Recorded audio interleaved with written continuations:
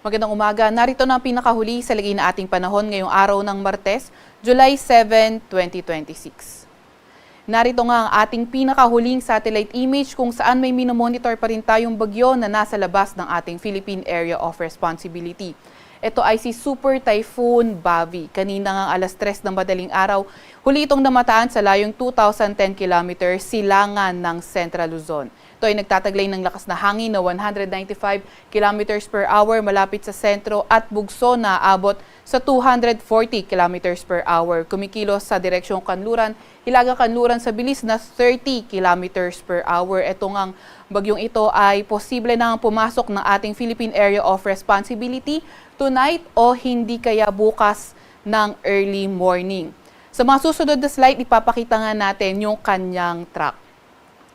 Samantalang easterlies naman o yung mainit na hangin galing karagatang Pasipiko ang nakakaapekto sa silangang bahagi ng Northern at Central Luzon. Ito nga yung sinasabi nating track ni Bagyong Bavi na nasa labas ng ating PAR. So yung Bavi ay kanyang international name at once na pumasok ito ng ating Philippine Area of Responsibility, bibigyan natin ito ng local name na Inday. Nakita nga rin natin na nabanggit nga natin na either tonight or tomorrow early morning, posible itong pumasok na ating Philippine Area of Responsibility. Regarding naman sa landfall scenario, less likely naman yung ating nakikita pero posible pa rin ang close approach nito sa probinsya ng Batanes and not ruled out din yung pagtaas ng tropical cyclone wind signal sa ilang bahagi ng Northern Luzon, posible as early as tonight o hindi kaya tomorrow early morning. So nakikita nga natin na sa close approach nito sa bandang Northern Luzon area ay posibleng maging typhoon category ito. Gayun pa man, kailangan pa rin natin mag-ingat kasi nonetheless, posible pa rin magtaas ng tropical cyclone wind signal sa ilang parte ng Northern Luzon at posible pa rin naman itong maghatak ng southwest monsoon o habagat. Kaya asahan natin sa mga susunod na araw yung mas maraming areas affected by southwest monsoon. Kaya patuloy pa nga rin tayong magantabay sa mga ilalabas na update ng Pag-asa. So itong track forecast na ito nilabas kaninang 11 p.m.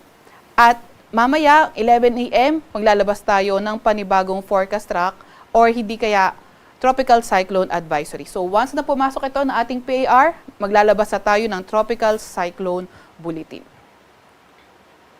Meron din tayong nilalabas na weather advisory. Ito ay updated kanina alas 5 ng umaga kung saan ngayong araw 50 to 100 millimeters na mga pag-ulan posible sa may Sultan Kudarat, pati na rin sa may Sarangani. Kapag 50 to 100 millimeters yung mga pag-ulan, yung flooding posible sa mga low-lying areas, urbanized at mga malapit sa river at landslide sa mga landslide-prone areas.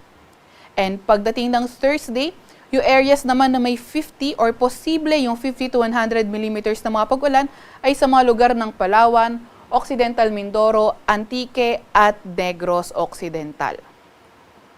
Para naman sa lagay ng panahon ngayong araw, inaasahan natin sa Metro Manila at buong Luzon, maaliwalas pa rin naman yung ating panahon, ngunit may mga tsansa pa rin tayo ng mga thunderstorms, lalo na pagdating ng hapon hanggang sa gabi. Inaasahan nga natin by tomorrow, Wednesday until Thursday, posible magpaulan ang habagat sa kanlurang bahagi ng Southern Luzon.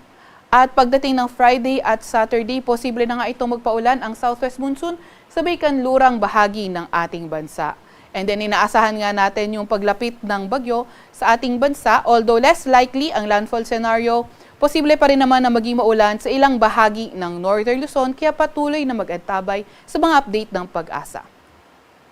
Agwat ng temperatura ngayong araw sa Metro Manila ay 25 to 33 degrees Celsius. 18 to 24 degrees Celsius sa may Baguio, 37 to 26 degrees Celsius or 26 to 37 degrees Celsius sa may Tugigaraw at 25 to 34 degrees Celsius naman sa may Legazpi. Agwat naman ng temperatura sa Puerto Princesa ay 25 to 32 degrees Celsius. Para naman sa lagay ng panahon sa may Visayas at Mindanao, inaasahan nga natin na sa lugar ng Barm, pati na rin sa may Zamboanga Peninsula, Lanao del Norte at Sultan Kudarat ay posible ngang maging maulan dulot pa rin ng southwest monsoon o habagat. Sa Visayas at nalalabing bahagi ng Mindanao, asahan ang bahagyang maulap hanggang sa maulap na papawirin at mga tsansa ng mga localized thunderstorms. Inaasahan nga natin na by tomorrow Until Thursday, posibleng magpaulan ang habagat sa may kanlurang bahagi ng Visayas at Mindanao.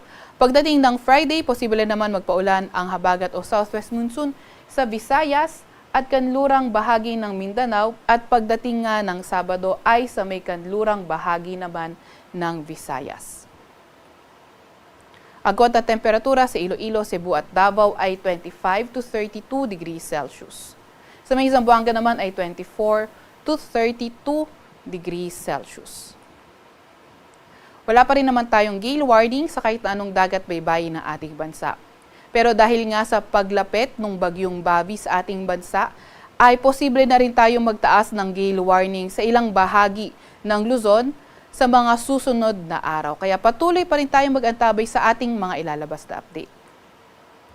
Sa Kalakhang, Maynila, ang araw ay lulubog ng 5:32 ng umaga or sisikat ng 5:32 ng umaga at lulubog ng 6:30 ng gabi. Huwag magpapahuli sa update ng Pag-asa. I-follow at i-like ang aming X at Facebook account, DOST-Pag-asa. Mag-subscribe sa aming YouTube channel, DOST-Pag-asa Weather Report. At para sa mas detalyadong impormasyon, bisitahin ang aming mga website, pag-asa.dost.gov.ph at panahon.gov.ph. At yan nga muna ang pinakahuli sa lagay ng ating panahon. Mula sa Weather Forecasting Center ng Pag-asa, Veronica C. Torres, nag-uulat.